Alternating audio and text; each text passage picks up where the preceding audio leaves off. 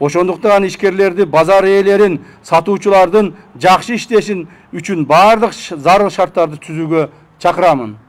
Болбосо жеке колдордогу базарларды мыйзамдуу негизде мамлекетке кайтарууга бийликтин саясий эрки жетет. Ал эми мамлекет сатуучуларды эмгектенүүгө зарыл шарттар менен камсыз кыла алат.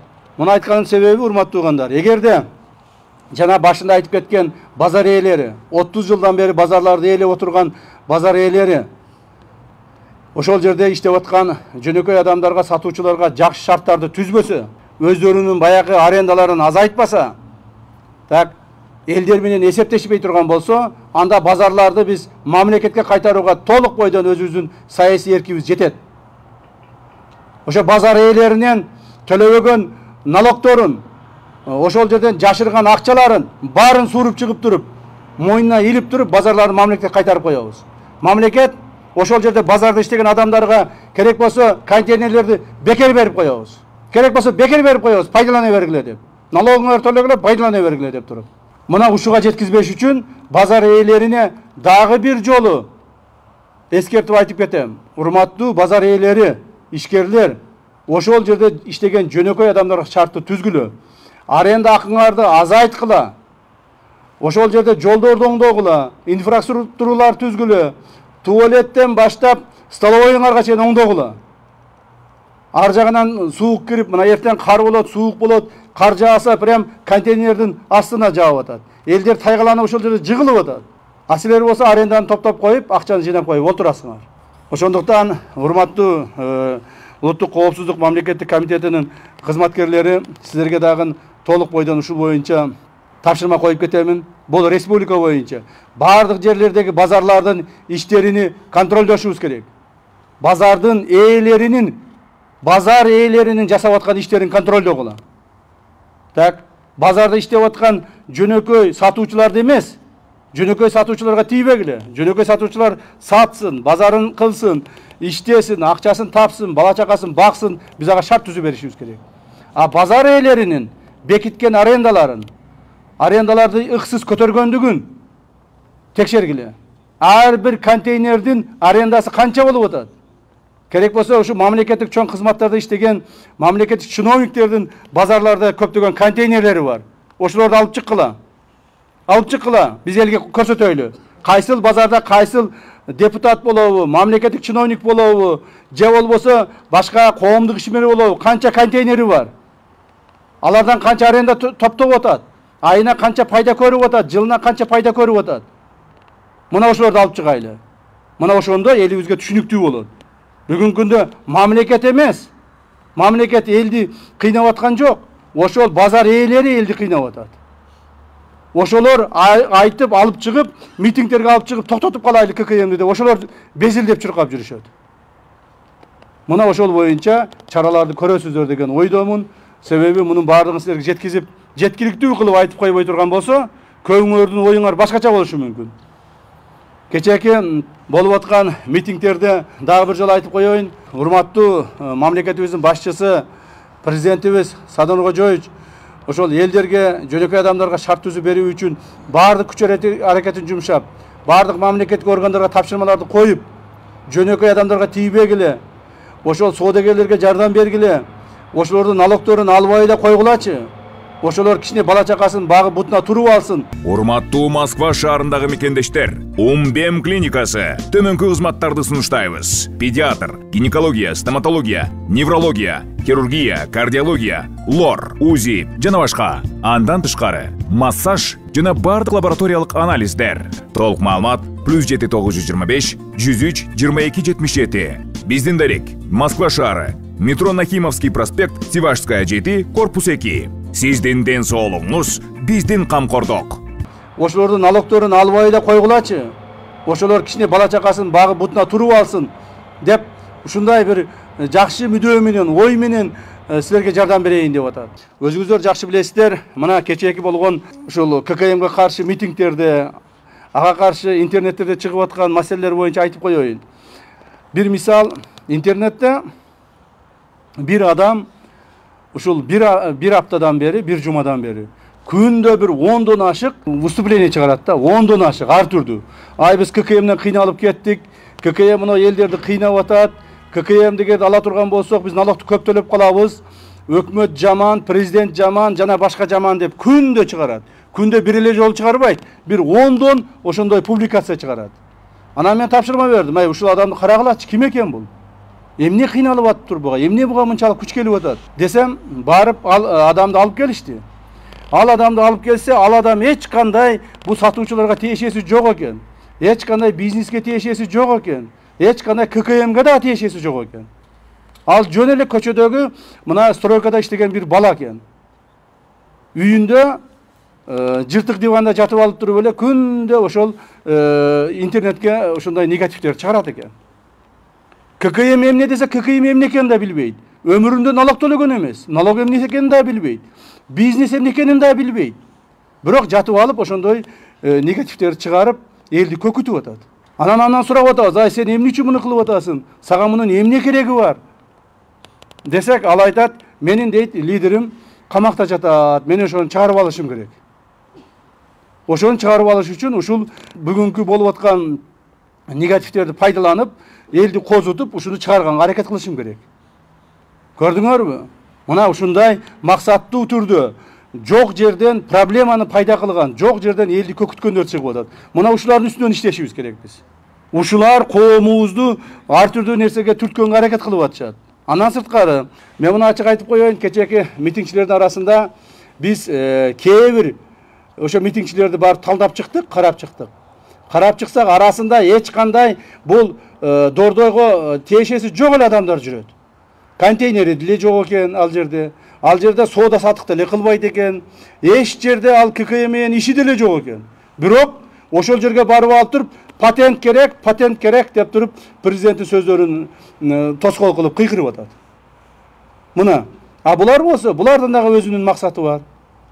Ошол бүгүнкү кемчиликтерди пайдаланып туруп, коомубузда кайсыл бир тоз тополоңду жаратканга аракет кылып атышат. Мына ушулар менен иштешиңер керек. Туура биз соода сатык жасаган жөнөкөй адамдарга тийбешибиз керек, аларды колдошубуз керек. Бирок ошолордун арасына кирип алып туруп, деструктивдүү иштерди жасап, коомду козготконго аракет кылып, өздөрүнүн жаман саясатын киргизгенге аракет кылгандарды биз жазалашыбыз керек. Ошолор таап чыгышыңар керек. Ошон үчүн иштешиңер керек. Жөн эле карап отурбастан. Митинг болуп атат деп эле отурбастан, митингди кимдер уюштуруп атат? Кандай максатта уюштуруп атат? Ошолордун арасында жүргөндөр кимдер болуп атат? Талдап чыгышыбыз керек. Мына ошол жерде кыйкырып сүйлөп аткандардын бир нечесин дагы талдадык. Алардын ар биринин жана башында айткандай 2ден 3дөн 5ден контейнерлери бар. Ошол контейнерлерин алар 200-300 миң сомго арендага берип, айына эле миллиондогон сом акчаларды таап атышат. Бирок ошого налог төлөбөй атышат. Ушуларды карап чыгышыңар керек. Ал эми арасында туура, арасында кыйналган бизнесмендер дагы бар, арасында кыйналган соода сатык кылгандар дагы бар. Бирок алар түшүнбөгөндөр, ошолорго түшүндүрүшүбүз керек. Кече Горький паркында бир аял чыгып сүйлөп атат, мен гүл сатамын, гүл сатканга мага ушу ККМ кой деп мени кыйнап атат. ККМ койсом, мен көп налог төлөп калат экенмин деп. Ай туугандар, ошо гүл саткан аялга айтып койгулачы. ККМ койгон болсо, эч кандай налог төлөбөйт. Эгерде бүгүн патент менен айына 5 миң сомдон төлөп атып, жылына 60 миң төлөсө, жылына 60 миң патент менен төлөсө, а ККМди койгон болсо, жылына 1 сом дагы төлөбөйт. Себеби ал аялдын, гүл саткан аялдын жасаган кызматы айына миллион сомго жетпейт. Жылына 15 миллион сомго жетпейт. Демек ал эч нерсе налог төлөбөйт. Мына ошону түшүндүрүп айтып койгон адам жок болуп атпайбы? Ал аял болсо кече митинг келип алып ыйлап атат. Мен ушинтип гүл сатам, бирок мени ККМди кой деп атат, мени кыйнап атышат деп. ККМди койсоң, сен кайра налог төлөбөй каласың. Баягы патентке кетирип аткан 60 миң сомду жылына төлөбөйсүн деп түшүндүргөн жакшынакай адам жок болуп атат. Ошондуктан ушул ситуацияга келип такалып атабыз. Ал бул иштерди жүргүзүүнүн бардыгын мамлекеттик органдар жасаш керек эле. Ошол мамлекеттик органдардын арасында айрыкча налоговыйда иштеген кызматкерлер жасаш керек эле. Бирок алар өз ишин так аткарган жок. Ушуга байланыштуу биздин урматтуу элибизге, журтубузга, калкыбызга кайрылып кетет элем. Чагымчылыкка алдырбаңыздар. Жоқ жерден жөнөкөй эле чагымчылдардын сөздөрүнө кирип кетпеңиздер. Жөн чагымчылдар ошол элдеги бүгүнкү болуп аткан жакшы иштерди жаманга айлантып, тополон кылып, кайрадан ушу элди бир ызычууга алып келгенге аракет кылып атышат. Мына ошо калтырып жибербешибиз керек. Эгер биз ага алдырып жибере турган болсок, мамлекетибиз кайрадан тополоңго кирет. Мына эми гана бутубузга туруп, эми гана мамлекеттүүлүктү кандай экенин сезип келе жатабыз. Мамлекеттин күчүн, баркын, мамлекеттин элге кылган жакшылыгын эми сезе баштадык. Ошондуктан ушул маселеге катуураак көңүл буруңуздар.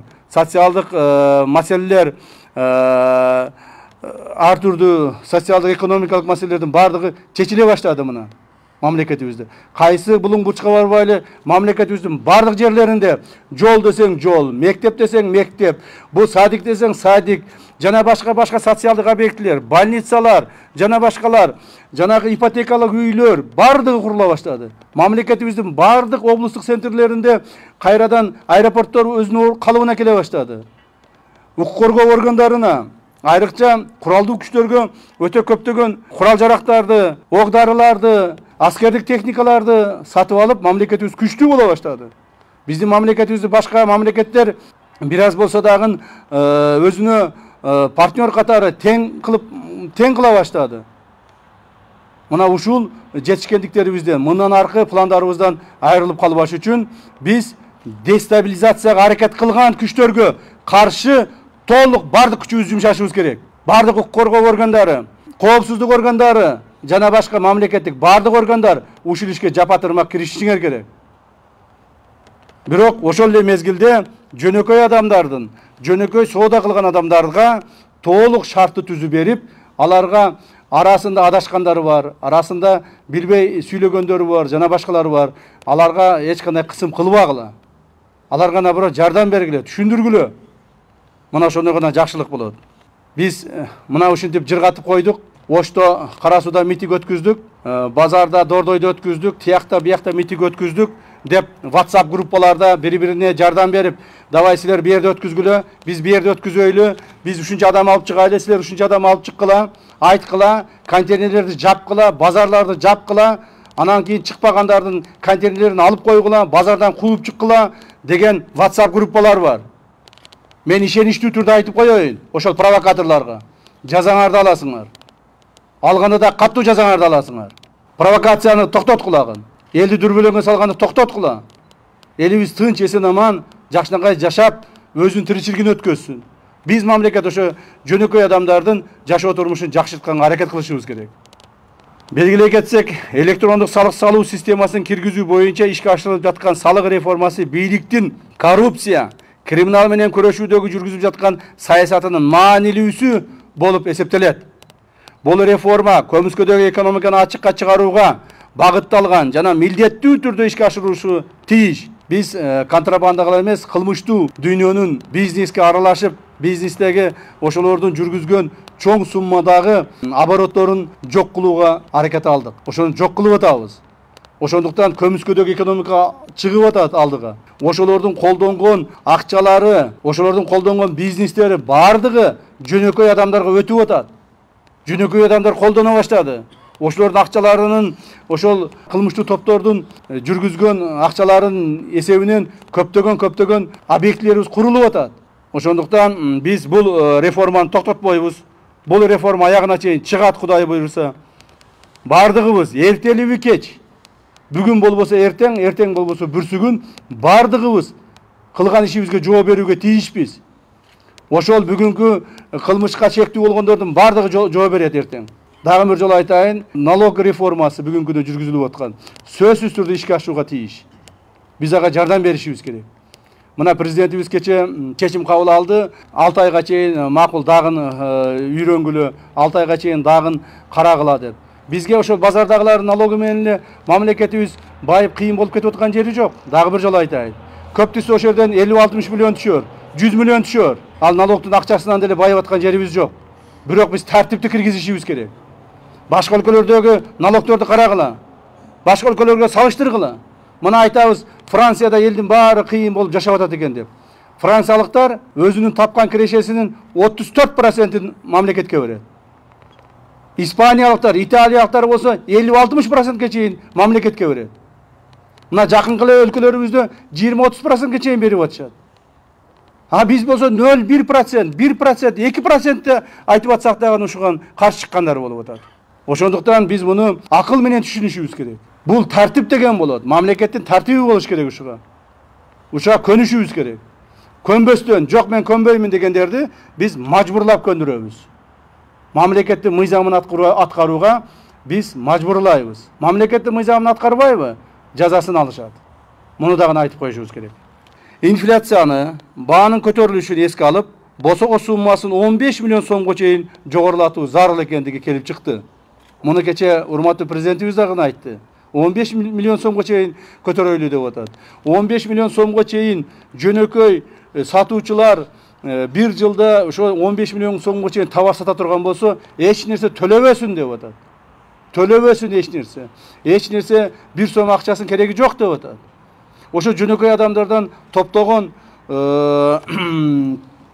налогтун налог эмес, бизге негизинен биз түшүнүшүбүз керек болуп атат да, ККМды коюунун негизги максаты эмне? Бул налогду көп чогултуу эмес. Бул бир гана кичинекей тарабы. Эң негизги максат ККМды коюунун башкы максаты бул ошол биздин мамлекетибизге келип кетип аткан контрабандалык жол менен кирип аткан товарлардын баарын учетко алуу. Мына ошол болуп атат. Өзүңүздөр жакшы билесиздер, жылда мына жакынкы мамлекеттик коңшубуз Кытайдын отчету чыгат. Ошондо алар айтып атат, эми мен толук суммасын билбеймин, приблизительно айтып атышат. Биз Кыргызстанга мисалга 15 миллиард долларлык товар импорттоп атабыз деп атат. А биздин кыргызстандыктар болсо айтып атат, бизге болгону 5 миллиард долларлык кирди деп атат. А калган 10 миллиард каякта калып атат? Калган 10 миллиард как раз ошол учетун албаган үчүн ККМдин жоктугунан контрабандисттердин чөнтөгүнө кирип кетип атат. Алар налог да төлөшпөйт, товарды контрабанда жол менен алып киришет, ар түрдүү документтерди жасашып.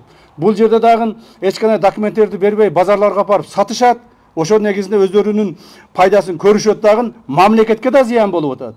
Элдин чөнтөгүнө да зыян болуп атат. Жана контрабандисттерди байытып атабыз. Мына ушул максат.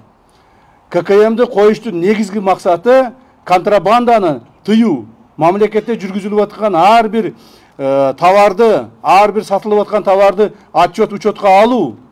Аны менен биз жөнөкөй сатуучуларга кайра шарт түзүп берели деп атабыз. Жөнөкөй сатуучулар ошол ККМды алып 15 миллионго чейин басса, жылдын аягына чейин бир айда 1 миллиондон ашыгыраак товар саткан болсо, аны үчүн эч кандай налог төлөбөгүлө деп атабыз. Налог төлөбөстөн жөнөкөй гана өздөрүнүн турмушун өткүзсүн. А эгерде 15 миллиондон ашып кеткен болсо, ошондо дагы 0,1 гана процент. 15 миллиондун 0,1% 15 миң сом болобу? Канча болот? Ошо 15 миң сом акчаны төлөбөлө деп атабыз. Мунун эмнеси жаман? Мунун эң жаманы эле ошол жанагы контрабандисттердин жолун буугандык болуп атат. Ошондуктан контрабандалык жол менен иштегендер, жанагы базарда эбегейсиз көп акчалар тапкандар ушуга каршы чыгып атат.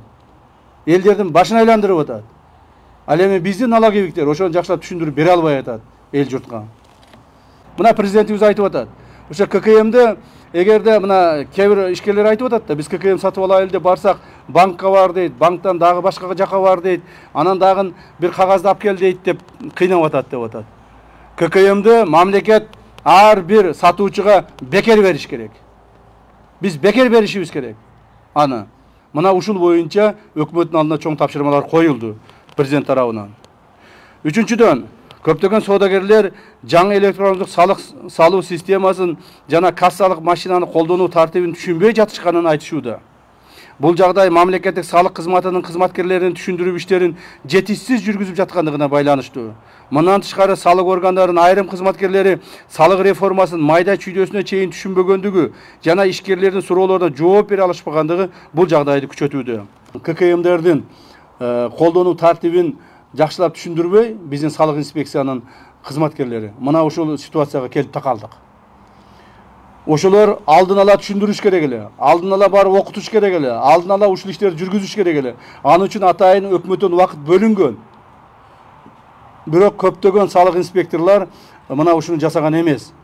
Кээ бир салык инспекторлор муну жасагысы да келбейт. атайлап жасашпайт. Себеби ККМ кирип калган болсо эртең салык инспекторлор взяткалай албай калышат. Мына алардын өзүнүн жеке кызыкчылыгы. Мына бүгүнкү күндө болсо алар барып ошол рядда отурган сатуучулардын көпчүлүгүнөн взятка алышат, көпчүлүгүнөн алышат. Муну баарыбыз билебиз. Патентке деп туруп бир аз төлөтүшөт дагы, калганын өздөрүнүн чөнтөгүнө урушат. А эгер ККМ кирип кала турган болсо, ошол налоговиктер өздөрүнүн чөнтөгүнө эч нерсе ала албай калат. Мына булардын кайгысы ушул болуп атат. Бүгүнкү ситуацияга негизинен биздин налоговый инспекция иштеген инспекторлор күнөөлүү болуп атат. Мындан ары ошол налоговый инспекторлордун ишини катуу көзөмөлдөшүбүз керек. Алардын ишкерлер менен болгон байланышын, ишкерлерден алган взяткаларын, же болбосо ошого байланыштуу алардын жардам берип жашырган налогторду жашыруу боюнча инспекторлордун өздөрүн жоопко тартышыбыз керек. Мына ошондо оңолот. Инспектор таза иштей турган болсо, элге түшүндүргөн болсо, мына бизге окшотуп азыркы айтып аткандай кылып түшүндүрүп берип, эл менен сүйлөшө турган болсо, кечегиндей чоң проблемалар жаралбайт болчу. Ушуга байланыштуу ишкерлерге гана эмес, салык кызматынын кызматкерлерин өздөрүнө окутуу иш-чарасын уюштуруу күн тартибинде турат. Бүтүндөй республика боюнча ири соо-сатык комплекстеринин ээлери өлкөнүн эң бай адамдары. Булар кимдер? Булар Аскар Салымбеков, Мелис Мырзахматов, Чолпон Султанбекова, Турсунтай Салимов, Курманбек Байтереков, Камчыбек Жолдошбаев, Куатбек Байболов, Эльвира Сурабалдиева, Чыңгыз Алканов жана башка кишилер. Бул иштен чоң киреше алып алыша тургандыгы баарыбызга белгилүү. Ушул базар ээлери республикабыздагы акыркы 30 жылдан бери ушул базарларды кармап келе жатышат. Жана ушул базарлардан эбегейсиз чоң байлыктарды топтошту. Мына бүгүнкү күндө ошол байлыктарды топтоп отурушат. Ошол эле мезгилде мамлекетке болгон мамилесин булар өзгөрткөн жок. Мамлекетке болгон, коомго болгон, ошо колдорунда иштеп аткан сатуучуларга болгон мамилесин өзгөртпөстөн, дагы деле ошол байлыкка тойбостон байлыктын артынан түшүп келе жатышат. Ошонун себебинен мына кечээки митингдерде ошонун себебинен болуп атат. Мына мен ылдыйда төмөндө ошол боюнча силерге түшүндүрүп айтып өтөмүн. Базар ээлеринен тышкары 10-дон 15ке чейинки контейнери бар көптөгөн ишкерлер, башкача айтканда супер арендаторлор дагы бар. Булар дагы ошол жердеги колунда бар адамдар болуп эсептелинет. Ар бир базарда, ошол эле Дордой базарын ала турган болсо, ошол жерде өздөрүнүн жеке 10-15 контейнери бар. Контейнерлердин баалары 50 000 доллардан 200 000 долларга чейин турат. Ушунда ири ишкерлер бар. Алар дагы ошо налог төлөбөйбүз деп бүгүнкү күндө чыгып атышат. Булардын налог төлөө механизмдерин, налог төлөө системаны өзгөртүп туруп биз ошол именно бай адамдарга налог төлөтүүнү биз мындан ары жумушка киргизишибиз керек. Дордой базарын мисал катары алсак, бүгүнкү күндө базардын контейнер ижарага алган сатуучулары контейнерди жайгашкан ордуна жараша ай сайын 7 000ден 300 000 сомго чейин төлөшөт. Ошол базар ээлери ар бир контейнерден ошол 300 000 сомго чейин арендасын алып турушат. Ошол эле мезгилде ошол жерде иштеген сатуучулар, жөнөкөй сатуучулар бир жагынан налог төлөө, бир жагынан аренда төлөө, бир жагынан шарттар түзүлбөй, чындыгын аларга өтө кыйын болуп атат. Мына ошолордун жашоо шартыны, ошолордун иштөө шарттарын өзгөртүш үчүн өкмөтүбүздө аракеттер жүрүп жатат. Сатуучулар чоң суммадагы акча төлөгөнүнө карабастан, базарда иштегенге жөнөкөй шарттар түзүлгөн эмес. Суук, санитардык шарттын, автоунаа токтотуучу жайдын жоктугу, электр энергиясы сатуучулардын көйгөйүнө айланган. Ушуга байланыштуу сатуучулардын ишин жеңилдетүү үчүн базар ээлерине жана субарендаторлорго биринчи кезекте ижара акысын кеминде 2 эсеге азайтуу керек. Бул жагдай алардын абалын жана алган кирешесин эске алганда кыйынчылык жаратпайт. Жана ишкерлерге калыптагыдай иштеш үчүн жагымдуу шарт түзүүсү зарыл. Бул маселени мен өзүм дагындай сөздөрүм менен айтып кетейин. Ошо баягы базар ээлери жана субарендаторлор ошол жерде отургандар 300 000ден ар бир контейнерди алышат экен. Жанагы контейнердин ээлери болсо ошол сатуучуларга алар дагы ошо 200-300 000 сомдон акча алышат экен. Ошолорду биз кескин түрдө азайтышыбыз керек. Эмне үчүн бир адам же бир нече адам байыш керек дагы жүздөгөн, миңдеген адамдар ошонун азабын тартыш керек. Мына ушул маселеге көбүрөөк көңүл бурушубуз керек. Ошол 200-300 миң сомдон алып, ар бир контейнерден, 10-15 контейнерден, бирок налог төлөбөстөн, эч нерсе кылбастан, ошол айына 2-3 миллион кээ бирлери айына 5-6 миллион сомдон акча чогултушуп, жылына 50-60 миллион сомдон киреше табышып, бирок налог төлөбөстөн, ошол аренда калган акчаларын эч жерге көрсөтпөстөн көтөрүп жүргөндөр бар. Мына ошолорго биз чара көрүшүбүз керек. Ошондо гана социалдык акыйкаттуулук болот.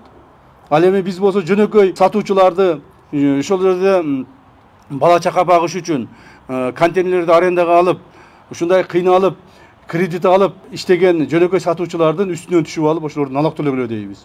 Ошон үчүн налог төлөө системасын биз кайрадан карап чыгышыбыз керек. Түп тамырынан бери ошону изилдешибиз керек. Эмне үчүн ушул биз системага келип такалдык? Андан сырткары ошол бүгүнкү күндө төлөп аткан, эгерде базар ээлерине бир контейнер үчүн сатуучу 300 миң сомдон же 200 миң сомдон төлөп атса, ошону жок эле дегенде 2 эсе арзандатышыбыз керек. Же болбосо 3 эсе арзандатышыбыз керек. 300 миң сом аренда төлөп аткан сатуучу 100 миң сомдон төлөсө, ошол дагы арендага берип аткан байга жетиштүү болот. Мына ушул жагын карашыбыз керек. Ар бир контейнерди биз номерлеп чыгышыбыз керек. Ар бир контейнерди номерлеп, ар бир контейнер кимдики экенин билишибиз керек. Себеби ошол жердеги кээ бир биздин мына 20-30 жылдан бери Дордойдо эле алсак, Дордойдо иштеп жүргөн кээ бир бай бизнесмен ишкерлерибиз өздөрүнүн ушул шаарда эле 5-тен, 10-дон, 15-тен квартиралары бар. 2-ден, 3-төн, 4-төн үйлөрү бар. Өтө кымбат баалуу машинелерде минишет жана кымбат баалуу үйлөрдө жашашат. Жылына 3-4 жолу барып, башка өлкөлөргө барып дем алып келишет. Анан дагы ошолор налог төлөбөстөн качканга аракет кылышат. Анан жөнөкөй адамдарды чыгарып коюп атышат. Мына кечээки митингге чыккандар жөнөкөй адамдар. Ошо жөнөкөй адамдарды чыгарып коюшуп, мына силер ККМди киргизсеңер налогуңар көбөйөт деп аларды коркутуп атышат. Биз андай кылбашыбыз керек. Андан сырткары мына урматтуу президентибиз мындан болгон 2 күн алдын чогулуш өткүзүп өкмөттө. Ошол жерде баарыбызга тапшырманы берген. Жөнөкөй адамдардын, жөнөкөй сатуучулардын ишин оорлотпостон кайрадан жеңилдеткиле деп атат. Ошолорго жардам бергиле деп атат. Ошолорду барып мен өзүм көрөйүн, бир аз ошолорду кыйнап жибердиңер окшойт. Жөнөкөй адамдарга шартыны оорлотуп жибердиңер окшойт. Мен өзүм барып көрөйүн деп мына кече Дордойго барып чогулушка катышып келди. Кана айткылачы, кайсы өлкөнүн президенти базарга барып чогулушка катышып атат? Кайсы өлкөнүн президенти базарга барып сатуучулардын көйгөйүн угайын, ошолорду өз көзү менен көрөйүн деп барып атат. Мына ошого дагы биздин ошол жердеги анча-мынча маданиятсыз адамдарыбыз президентке сөз көтөрүп, ушундай бир сөздөр сүйлөп атышат. Биз мындай өзүбүздүн урматтуу президентибизди баалай билишибиз керек. Жана ушундай элге кам көрөм деп чуркагандыгына биз колдоо көрсөтүшүбүз керек.